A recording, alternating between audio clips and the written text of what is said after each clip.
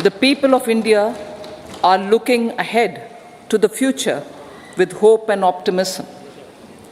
With the blessings of the people, when our government, under the visionary and dynamic leadership of Honorable Prime Minister Shri Narendra Modi, assumed office in 2014, the country was facing enormous challenges. With Sabka Saath, Sabka Vikas as its mantra, the government overcame those challenges in right earnest. Structural reforms were undertaken. Pro-people programs were formulated and implemented promptly. Conditions were created for more opportunities for employment and entrepreneurship. The economy got a new vigor. The fruits of development started reaching the people at scale. The country got a new sense of purpose and hope. Naturally, the people blessed the government with a bigger mandate. In the second term, our government, under the leadership of Honorable Prime Minister, doubled down on its responsibilities to build a prosperous country with comprehensive development of all people and all regions.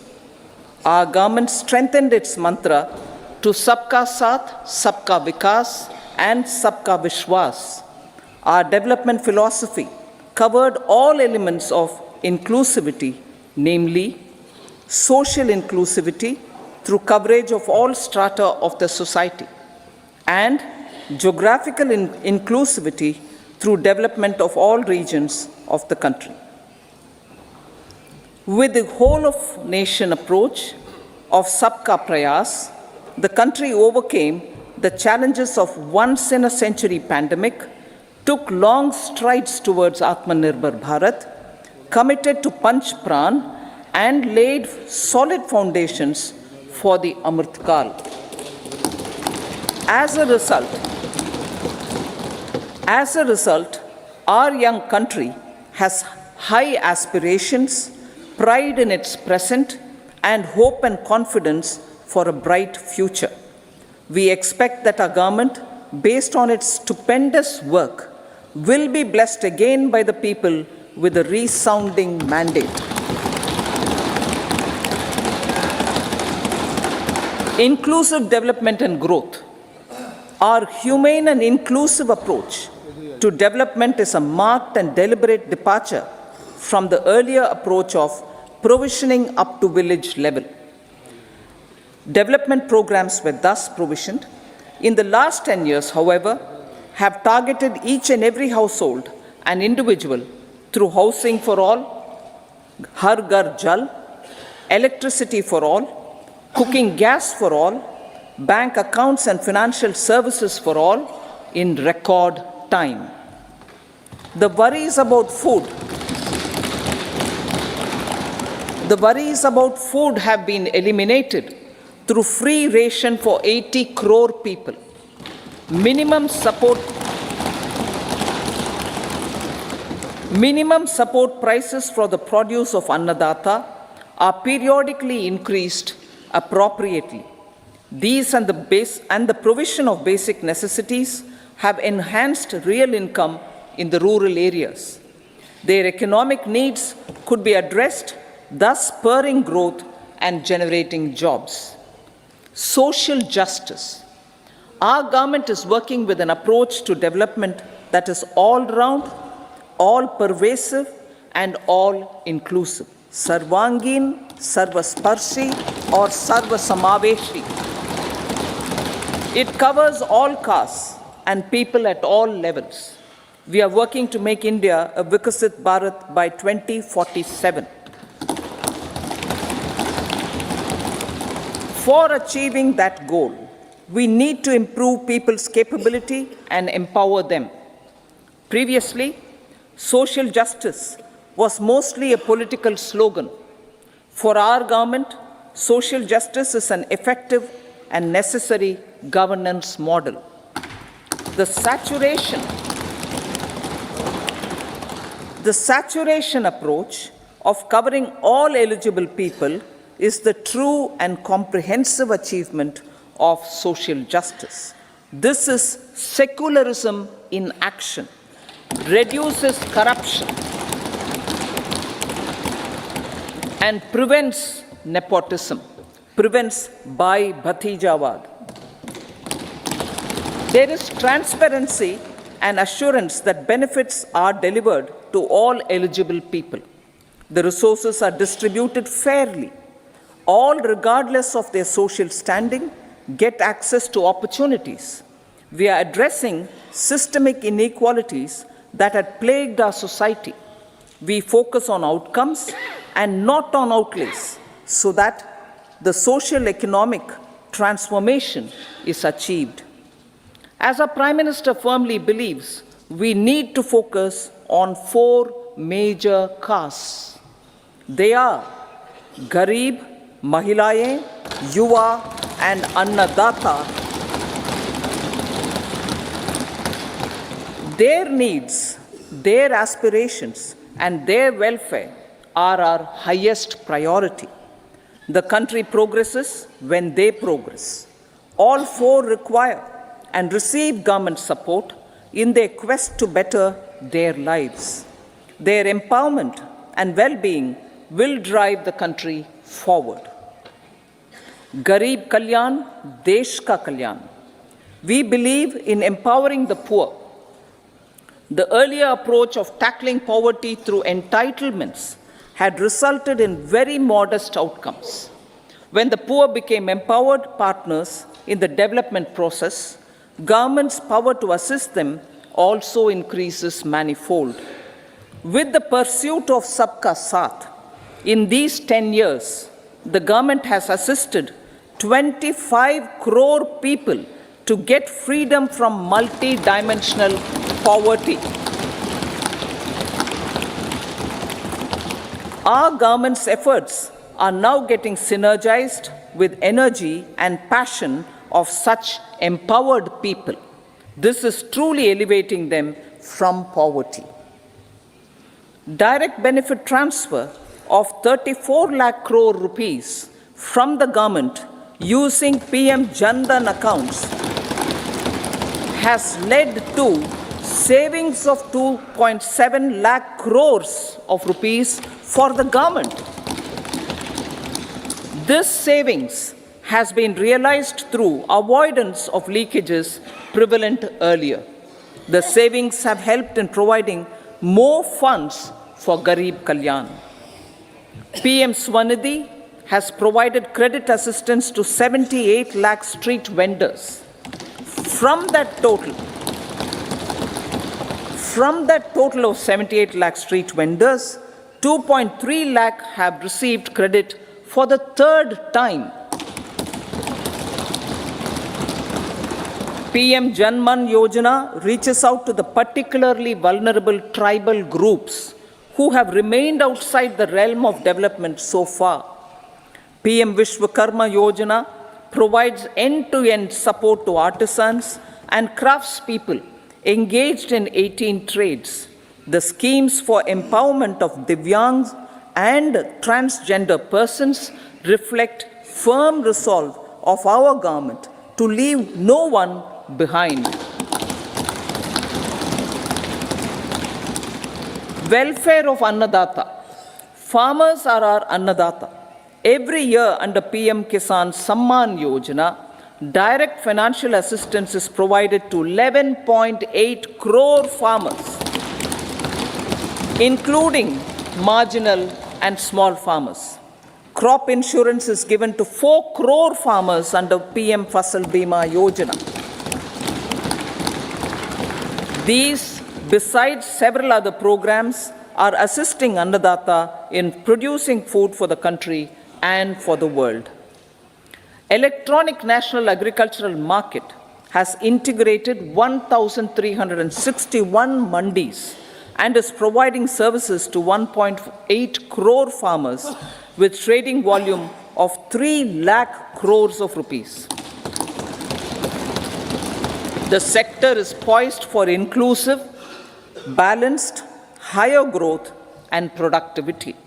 These are facilitated from farmer-centric policies, income support, coverage of risks, through price and insurance support, promotion of technologies and innovations through startups. Empowering the Amrit PD, the Yuva. Our prosperity depends on adequately equipping and empowering the youth. The National Education Policy 2020 is ushering the transformational reforms. PM Schools for Rising India, PM Shri, are delivering quality teaching and nurturing holistic and well-rounded individuals. The Skill India mission has trained 1.4 crore youth, upskilled and reskilled 54 lakh youth, and established 3,000 new ITIs. A large number of institutions of higher learning, namely 7 IITs, 16 triple ITs, 7 IIMs, 15 AIMS, and 390 universities have been set up. PM Mudra Yojana has sanctioned 43 crore loans aggregating to 22.5 lakh crores of rupees for entrepreneurial aspirations of our youth. Besides that, Fund of Funds, Startup India, and Startup Credit Guarantee schemes are assisting our youth. They are also becoming Rozgar Data. The country is proud of our youth scaling new heights in sports.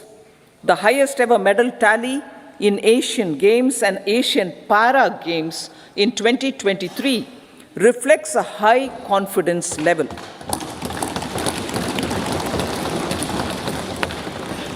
Chess prodigy and our #1 ranked player Pragnananda put up a stiff fight against the reigning world champion Magnus Carlsen in 2023. Today, India has over 80 chess grandmasters compared to little over 20 in 2010. Momentum for Nari Shakti. The empowerment of women through entrepreneurship, ease of living, and dignity for them has gained momentum in these 10 years. 30 crore Mudra Yojana loans have been given to women entrepreneurs. Female enrollment in higher education has gone up by 28% in 10 years. In STEM courses, girls and women constitute 43% of enrollment, one of the highest in the world. All these measures are getting reflected in the increasing participation of women in workforce. Making triple talaq illegal, reservation of 1/3 seats for women in the Lok Sabha and state assemblies, and giving over 70% houses under PM Awas Yojana in rural areas to women,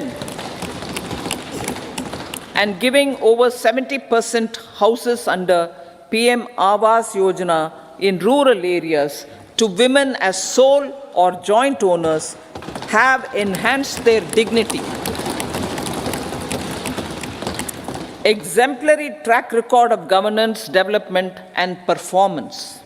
Besides delivering on high growth in terms of gross domestic product, the government is equally focused on a more comprehensive GDP, that is, governance, development, and performance. Our government has provided transparent, accountable, people-centric, and prompt, trust-based administration with citizen-first and minimum government, maximum governance approach. The impact of all-round development is discernible in all sectors. There is macroeconomic stability, including in the external sector. Investments are robust. The economy is doing well. People are living better and earning better, with even greater aspirations for future. Average real income of the people has increased by 50%. Inflation is moderate.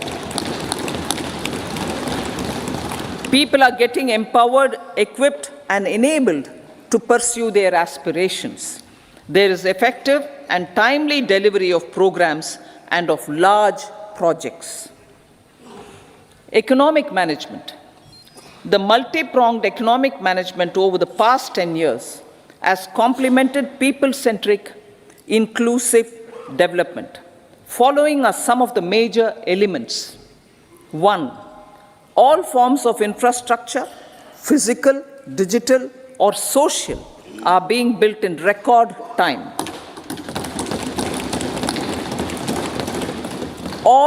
Number 2, all parts of the country are becoming active participants in economic growth. Number 3, digital public infrastructure, a new factor of production as if in the 21st century, is instrumental in formalization of the economy. Number 4, goods and services tax has enabled one nation, one market, one tax. Tax reforms have led to deepening and widening of tax base. Number 5, strengthening of the financial sector has helped in making savings, credit, and investments more efficient. Number 6, GIFT, IFSC, and the Unified Regulatory Authority, IFSCA, are creating a robust gateway for global capital and financial services for the economy. Number 7, proactive inflation management has helped keep inflation within the policy band. Now, the global context, Honorable Speaker, sir. Geopolitically, global affairs are becoming more complex and challenging with wars and conflicts. Globalization is being redefined with reshoring and friendshoring, disruption and fragmentation of supply chains, and competition for critical minerals and technologies.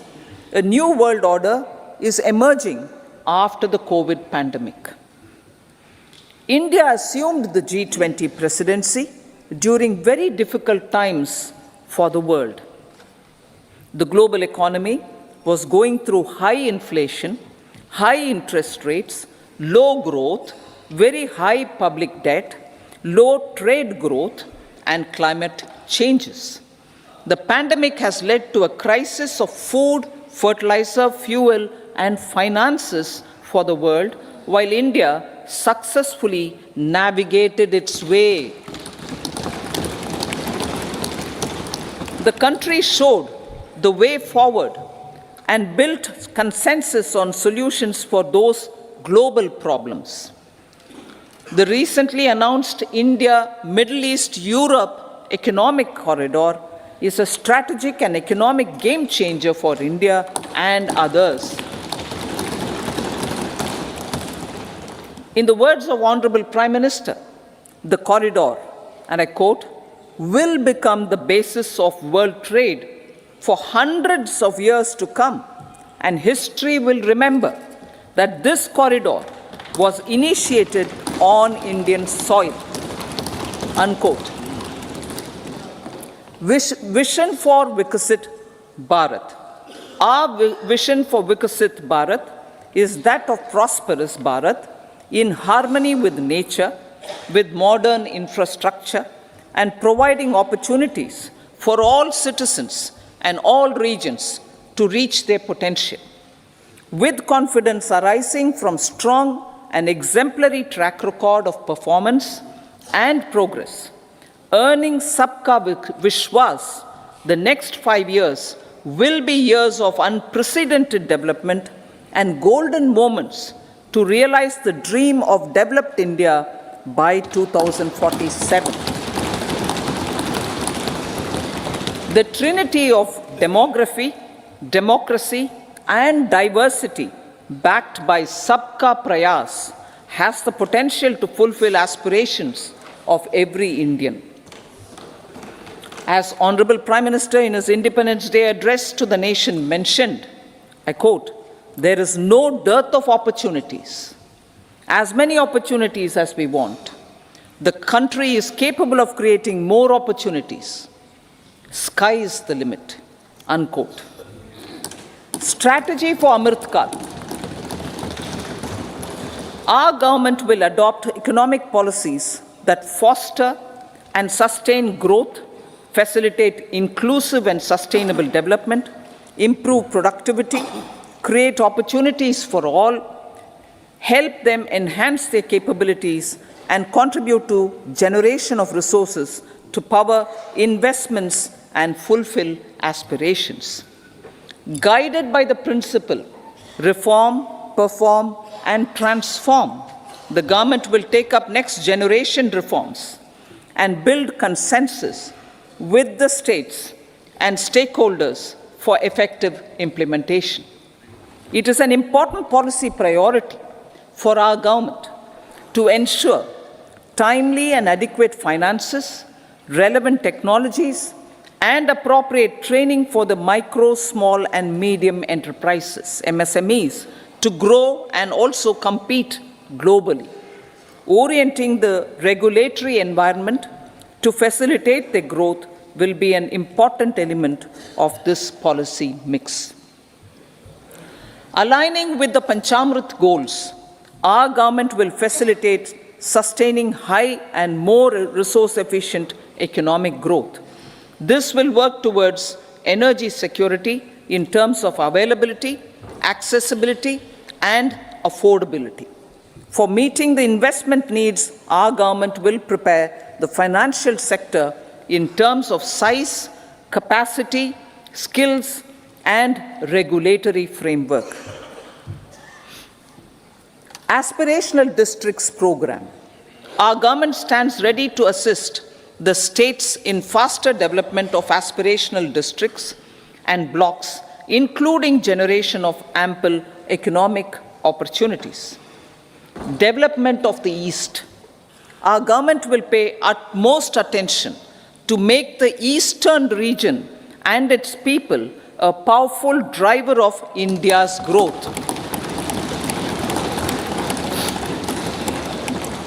PM Awas Yojana Gramin.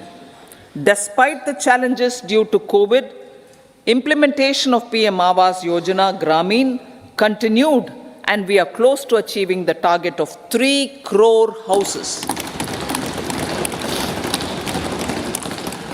2 crore more houses will be taken up in the next 5 years to meet the requirement arising from increase in the number of families. Rooftop solarization and Muft Bijli.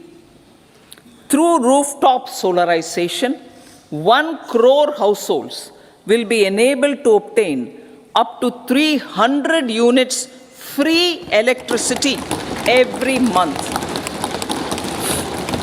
This scheme follows the resolve of Honorable Prime Minister on the historic day of consecration of Sri Ram Mandir in Ayodhya. Following benefits are expected. Savings up to 15 to 18,000 rupees annually for households from free solar electricity and selling the surplus to the distribution companies. Charging of electric vehicles. Entrepreneurship opportunities for a large number of vendors for supply and installation. Employment opportunities for the youth with technical skills in manufacturing, installation, and maintenance. Housing for middle class. Our government will launch a scheme to help deserving sections of the middle class, and I quote from Honorable Prime Minister's words, living in rented houses or slums or chawls and unauthorized colonies, unquote, to buy or build their own houses. Medical colleges. Several youth are ambitious to get qualified as doctors. They aim to serve our people through improved healthcare services. Our government plans to set up more medical colleges by utilizing the existing hospital infrastructure under various departments.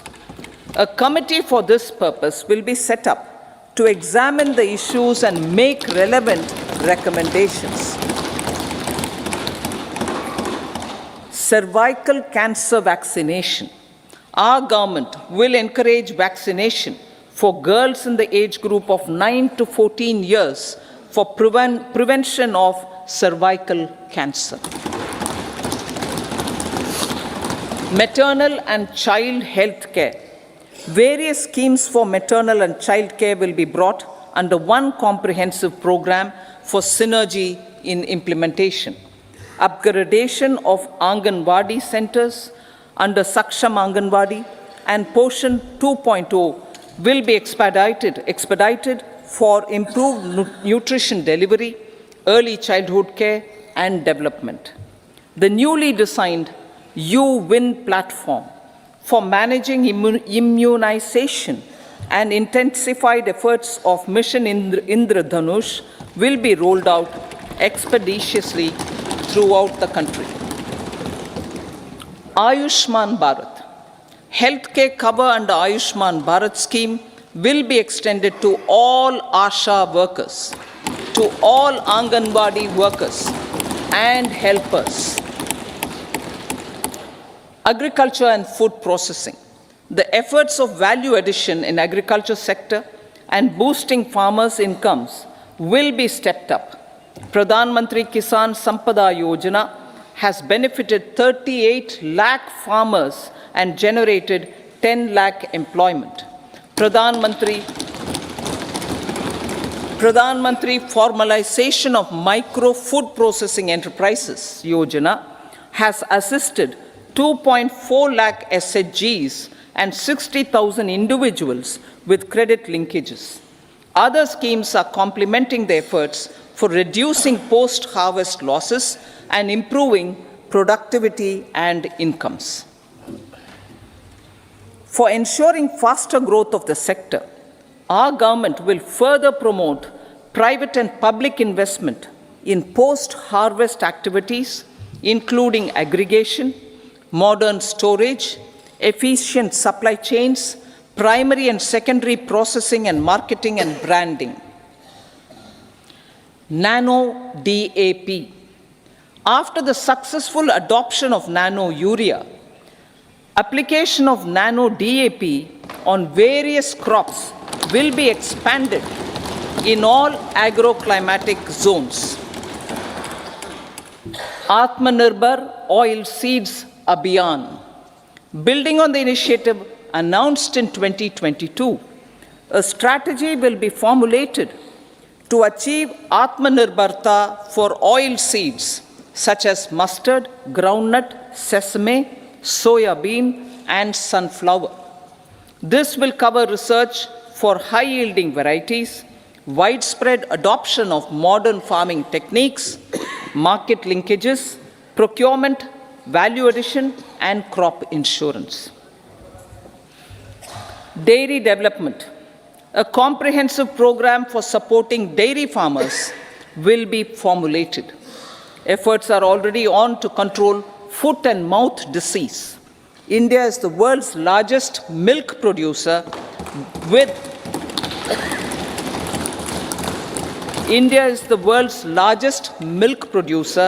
but with low productivity of milch animals.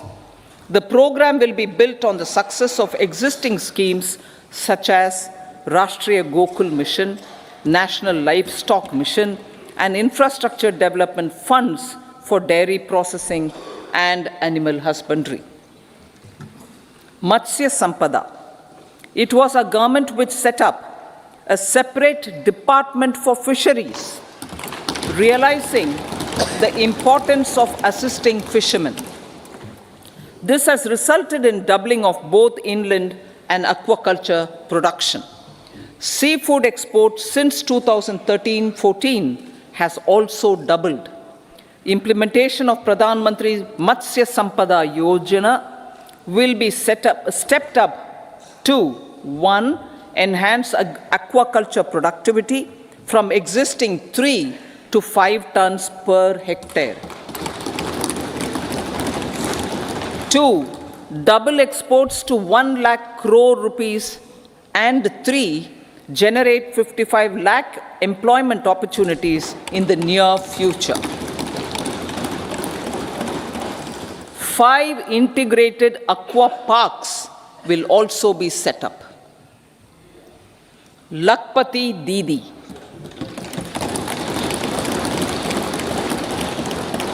83 lakh SHGs. 83 lakh SHGs with 9 crore women are transforming rural socio-economic landscape with empowerment and self-reliance. Honorable Speaker, sir, their success has assisted nearly 1 crore women to become Lakpati Didi already. They are an inspiration to others. Their achievements will be recognized through honoring them. Buoyed by the success, it has been decided to enhance the target for Lakpati Didi from 2 crores to 3 crores.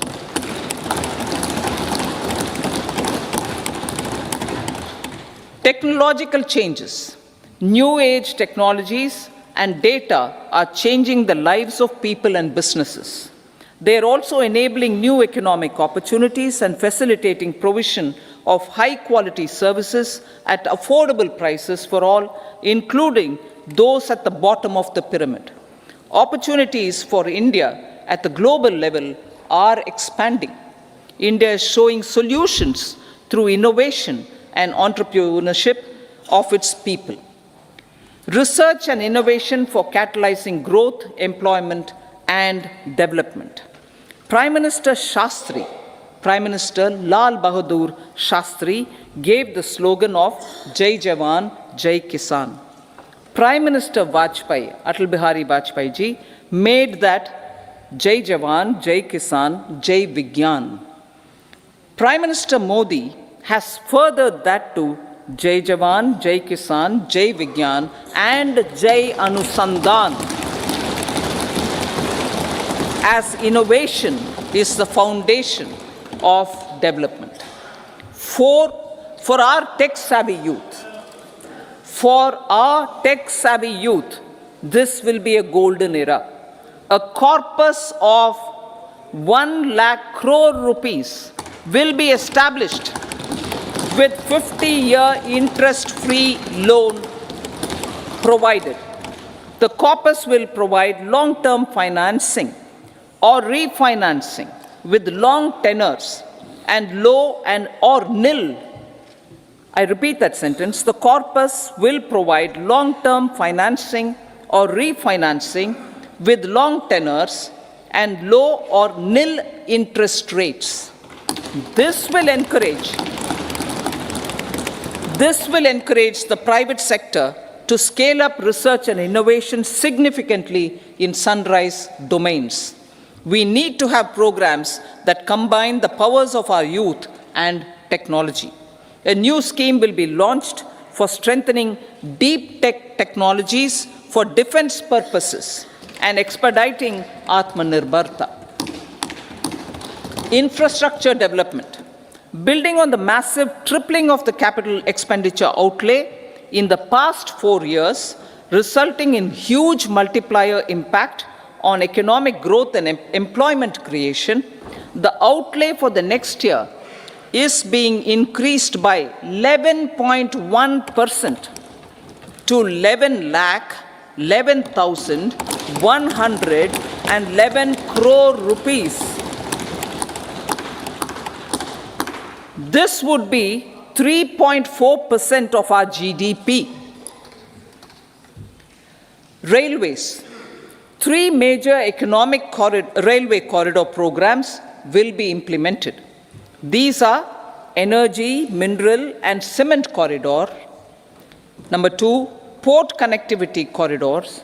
And number 3, high traffic density corridors. The projects have been identified under the PM Gati Shakti for enabling multimodal connectivity. They will improve logistics efficiency and reduce cost. The resultant decongestion of the high traffic corridors will also help in improving operations of passenger trains, resulting in safety and higher travel speed for passengers. Together with dedicated freight corridors, these three economic corridor programs will accelerate our GDP growth and reduce logistic costs.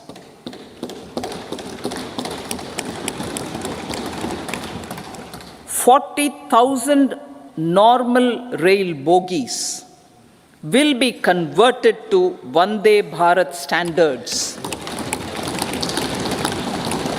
to enhance safety, convenience, and comfort of passengers."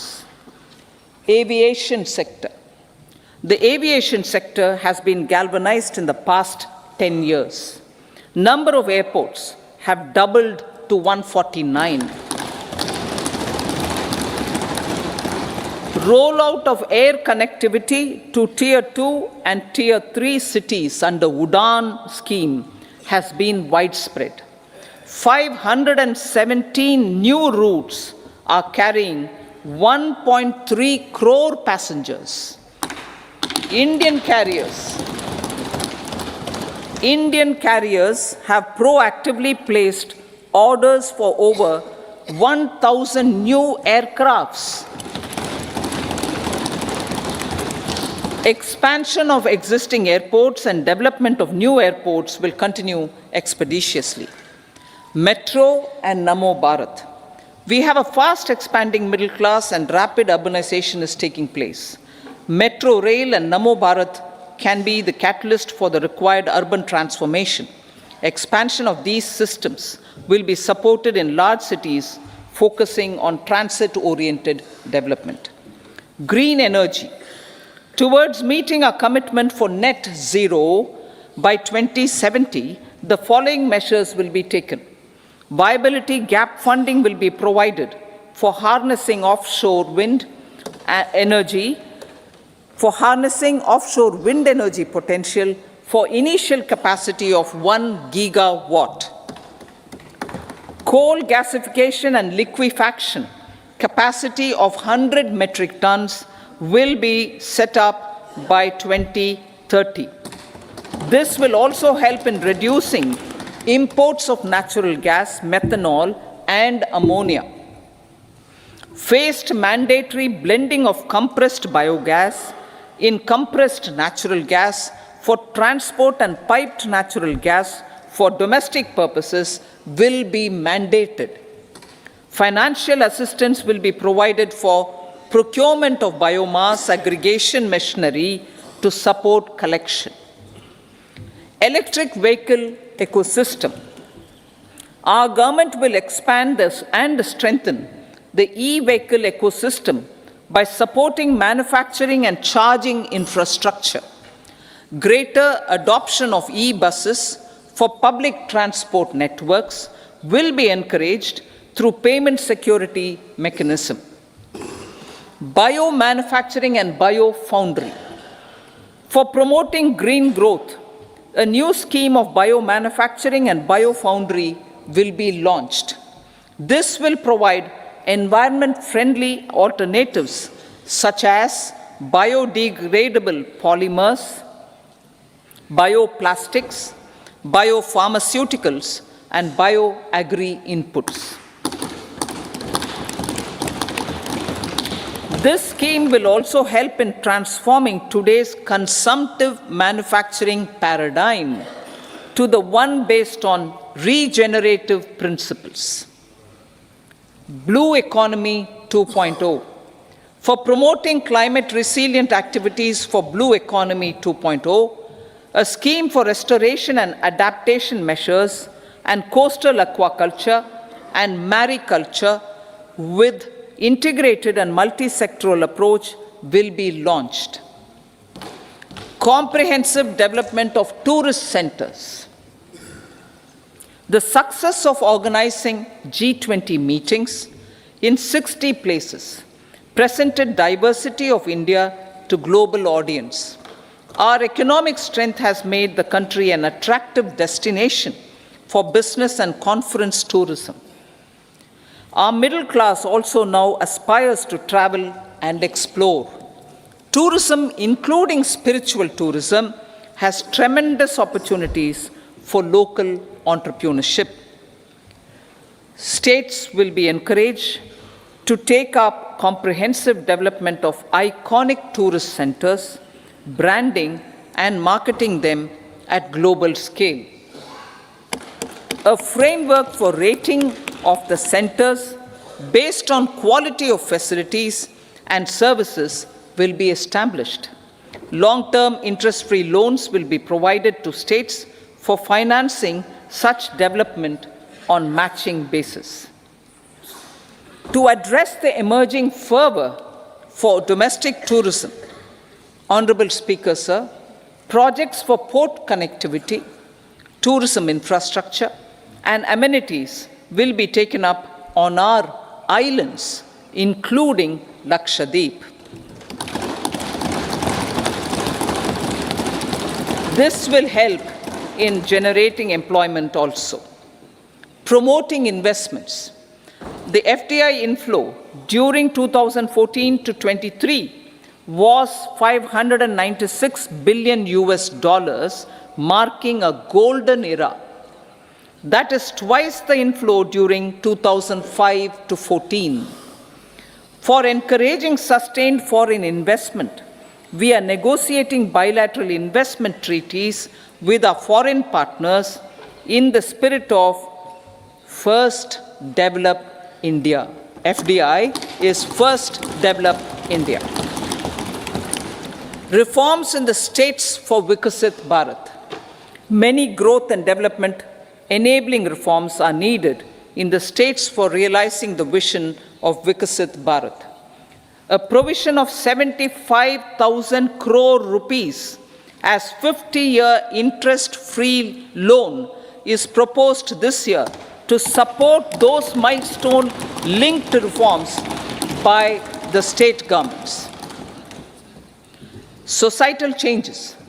The government will form a high-powered committee for an extensive consideration of the challenges arising from fast population growth and demographic changes.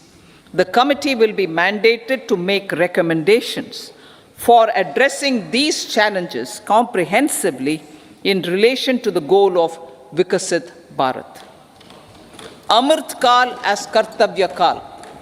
Our government stands committed to strengthening and expanding the economy with high growth and to create conditions for people to realize their aspirations. Honorable Prime Minister, in his Independence Day address to the nation in the 75th year of our Republic, said, and I quote, "We commit ourselves to national development with new inspirations, new consciousness, new resolutions as the country opens up immense possibilities and opportunities. It is our Kartavya Kal." Unquote. Every challenge of the pre-2014 era was overcome through our economic management and our governance. These have placed the country on a resolute path of sustained high growth. This has been possible through right policies, true intentions, and appropriate decisions. In the full budget in July, Honorable Speaker, our government will present a detailed roadmap for our pursuit of Vikasit Bharat.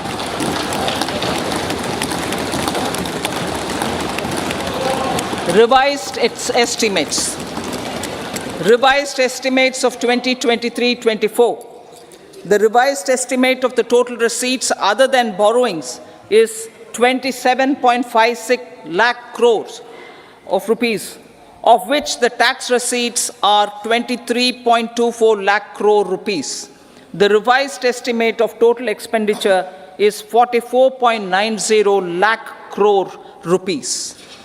The revenue receipts at 30.3 30.03 lakh crore rupees are expected to be higher than the budget estimate, reflecting strong growth momentum and formalization in the economy. The revised estimate of the fiscal deficit is 5.8% of GDP, improving on the budget estimate, notwithstanding moderation in the nominal growth estimates. Budget estimates for 2024-25. Coming to the year 2024-25, the total receipts other than borrowings and total expenditure are estimated at 30.80 and 47.66 lakh crore rupees respectively. The tax receipts are estimated at 26.02 lakh crore rupees. The scheme of 50-year interest-free loan for capital expenditure to states will be continued this year with an outlay of 1.3 lakh crore rupees. We continue on the path of fiscal consolidation, as announced in my budget speech of 2021-22, to reduce fiscal deficit below 4.5% by 25-26. The fiscal deficit in 2024-25 is estimated to be 5.1% of GDP, adhering to that path. So the gross and net market borrowings through dated securities during 24-25 are estimated at 14.13 lakh crore rupees and 11.75 lakh crore respectively. Both will be less than that in 23-24. Now that the private investments are happening at scale, the lower borrowings by the central government will facilitate larger availability of credit for the private sector. Vote on account. I'll be seeking vote on account approval of the Parliament through the appropriation bill for a part of the financial year 2024-25. I will now move to Part B. Honorable Speaker, sir, over the last 10 years, the direct tax collections have more than trebled and the return filers swelled 2.4 times. I would like to assure the taxpayers that their contributions have been used wisely for the development of the country and welfare of its people. I appreciate the taxpayers for their continued support. The government has reduced and rationalized tax rates. Under the new tax scheme, there is now no tax liability for taxpayers with income up to 7 lakh rupees, up from 2.2 lakh rupees in the financial year 2013-14. The threshold for presumptive taxation for retail businesses was increased from 2 crores to 3 crores. Similarly, the threshold for professionals eligible for presumptive taxation was increased from 50 lakh rupees to 75 lakh rupees. Also, corporate tax rate was decreased from 30% to 22% for existing domestic companies and to 15% for certain new manufacturing companies. Honorable Speaker, sir, in the last 5 years, our focus has been to improve taxpayer services.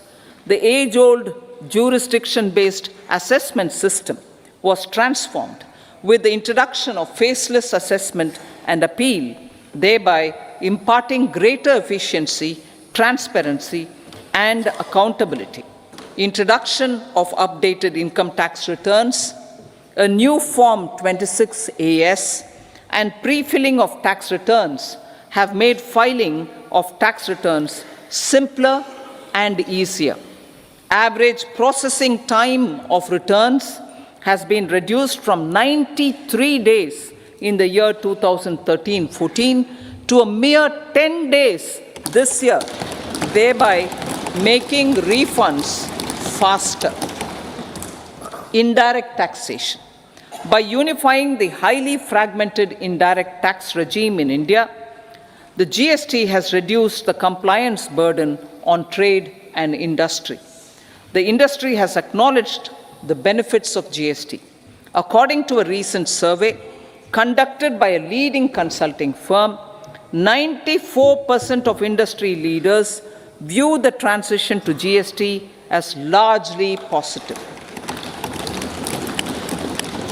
According to 80% of the respondents, it has led to supply chain optimization, as elimination of tax arbitrage and octroi has resulted in disbanding of checkposts at the state and city boundaries. At the same time, tax base of GST more than doubled, and the average monthly gross GST collection has almost doubled to 1.66 lakh crores this year. States too have benefited. States' SGST revenue, including compensation released to states in the post-GST period of 2017-18 to 2022-23, has achieved a buoyancy of 1.22. In contrast, the tax buoyancy of state revenues from subsumed taxes in the pre-GST four-year period of 2012-13 to 2015-16 was a mere 0.72. The biggest beneficiaries are consumers, as reduction in logistic cost and taxes have brought down prices of most goods and services. We have taken a number of steps in customs to facilitate international trade.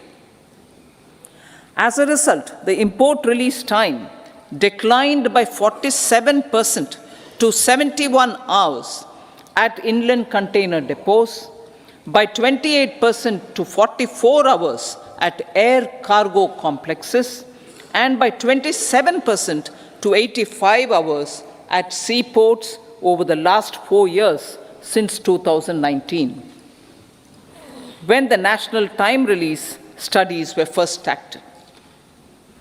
Tax proposals. As for tax proposals, in keeping with the convention, I do not propose to make any changes relating to taxation and propose to retain the same tax rates for direct and indirect taxes, including import duties.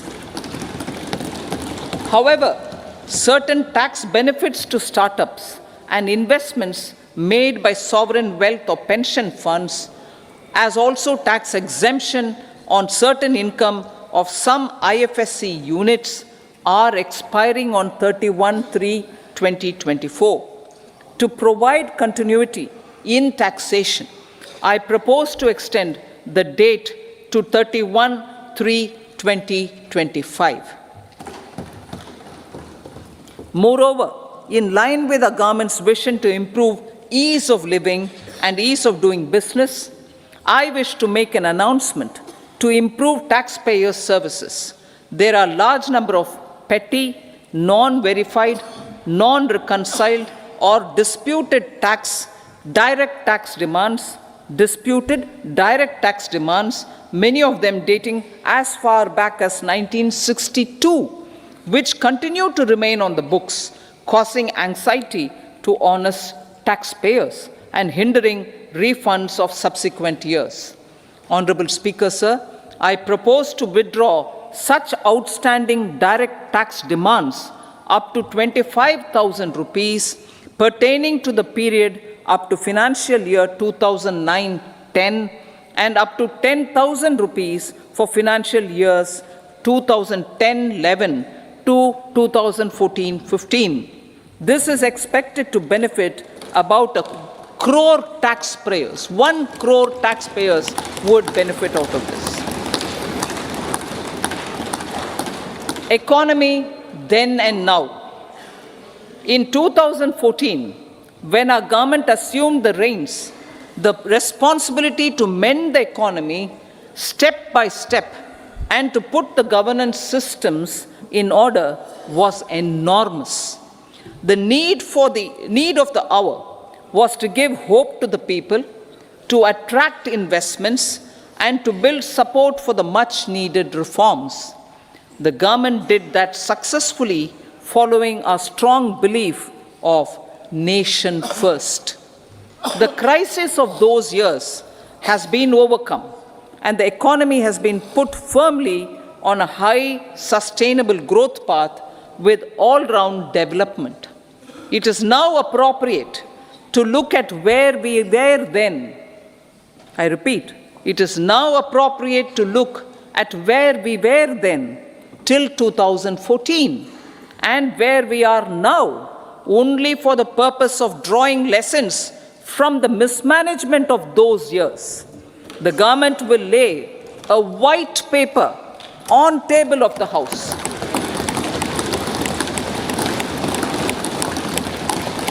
The exemplary track record of governance, development and performance, effective delivery and Jan Kalyan has given the government trust, confidence and blessings of the people to realize whatever it takes. The goal of Vikasit Bharat with good intentions, true dedication and hard work in the coming years and decades. With this, Honorable Speaker, I commend the interim budget to this august House. Jai Hind.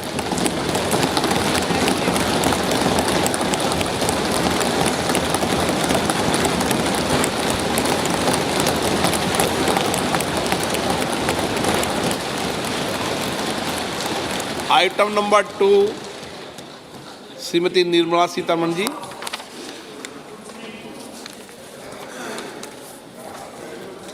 So, with your permission, I rise to lay on the table the following statements under Section 3(1) of the Fiscal Responsibility and Budget Management Act 2003, Medium-Term Fiscal Policy cum Fiscal Policy Strategy Statement and Macroeconomic Framework Statement. Item number 3, Srimati Nirmala Sitharaman ji. Sir, with your permission, I rise to move for leave to introduce the Finance Bill 2024